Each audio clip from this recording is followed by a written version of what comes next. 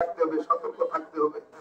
এই বাংলাদেশে ইসকন নামক একটা সংগঠন লেলিয়ে দিয়ে তারা বাংলাদেশের মধ্যে অশান্তি সৃষ্টি করতে চায়। কেমন করে? বলে এই ইসকনের মধ্যে একটা সংগঠন আছে যেটার নাম হলো লাভ জিহাদ। নাম কি? এটা দিয়ে কি করে?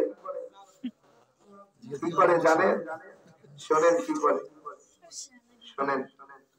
এই লাভ জিহাদের নামে ওই বেঈমানেরা, ইসকনের সদস্যরা মুসলমান নামে ফেক আইডি করে ফেসবুকে। ফেক আইডি, মুসলমানের সন্তানের নাম ব্যবহার করে তারা এক একটা ফেক আইডি খুলে মুসলমান যুবতীদেরকে তারা, যুবকদেরকে তারা প্রেমের ফাঁদে ফেলে তাদেরকে বিয়ে পর্যন্ত, বিয়ে প্রলোভন দিয়ে বিয়ে পর্যন্ত নিয়ে যায়। 1862 সালের আইন অনুযায়ী, ধর্ম হিন্দু ধর্ম আইন অনুযায়ী তারা ওই সুপ্রিম কোর্টে গিয়ে তারা বিবাহ বন্ধনে আবদ্ধ হয়। বলে কেমন? বলে 1862 সালের আইনে আছে একজন হিন্দু একজন মুসলমান সাংসারিক জীবনে তারা বিবাহ বন্ধনে আবদ্ধ হতে পারে। এই আইনের বলে তারা বিবাহ করাইয়া দেয়। ঠিক মুসলমান যুবতী যখন সন্তান সম্ভব গর্ভবতী হয়ে যায় তখন তাকে বাধ্য করা হয়, হয় হিন্দু হবি না হলে তোমার মতো তুই চলে যাবি। আর যদি বেশি বাড়াবাড়ি করে বলে ইন্ডিয়ার জমিনে নিয়ে তাকে পতিতালয়ে বিক্রি করা হয়। এরকম অসংখ্য দলিল আমার কাছে আছে, এরকম ঘটেছে, এরকম অনেক দলিল আমার কাছে আছে, আমি দিতে পারি। এটা ইসকনের একটা চক্রান্ত। এজন্য আমরা যারা বাবা, আমাদের যাদের সন্তান আছে সতর্ক করতে চাই।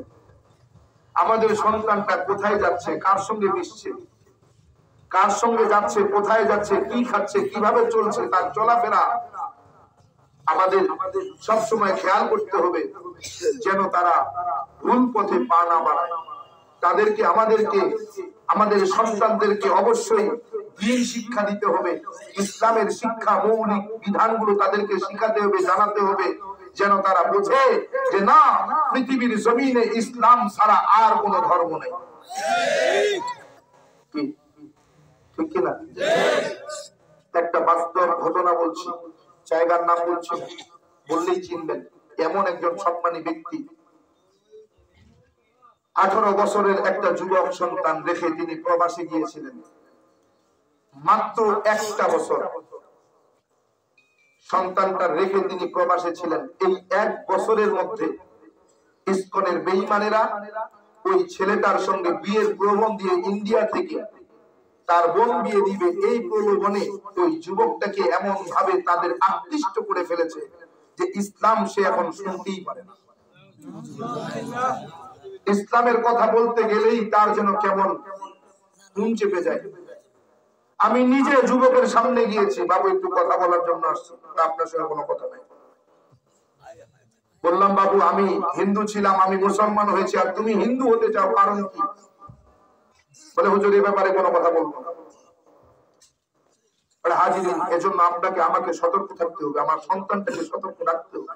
এটা আপনার আমার দায়িত্ব, এটা আপনার আমার দায়িত্ব। সতর্ক থাকতে হবে বেঈমানেরা কোন সুরতে ঢুকে আমার সন্তানটাকে আমার থেকে আলাদা করে নেয়। সতর্ক থাকতে হবে। যদি আপনি অসতর্ক অবস্থায় জীবন যাপন করেন তাইলে আপনি বিপদে পড়বেন। আপনার বিপদের জন্য, আপনার এই দিনের জন্য কেউ দায়ী থাকবে না, আপনি নিজে দায়ী হবেন। কি এরকম অনেক তথ্য আমার কাছে আছে।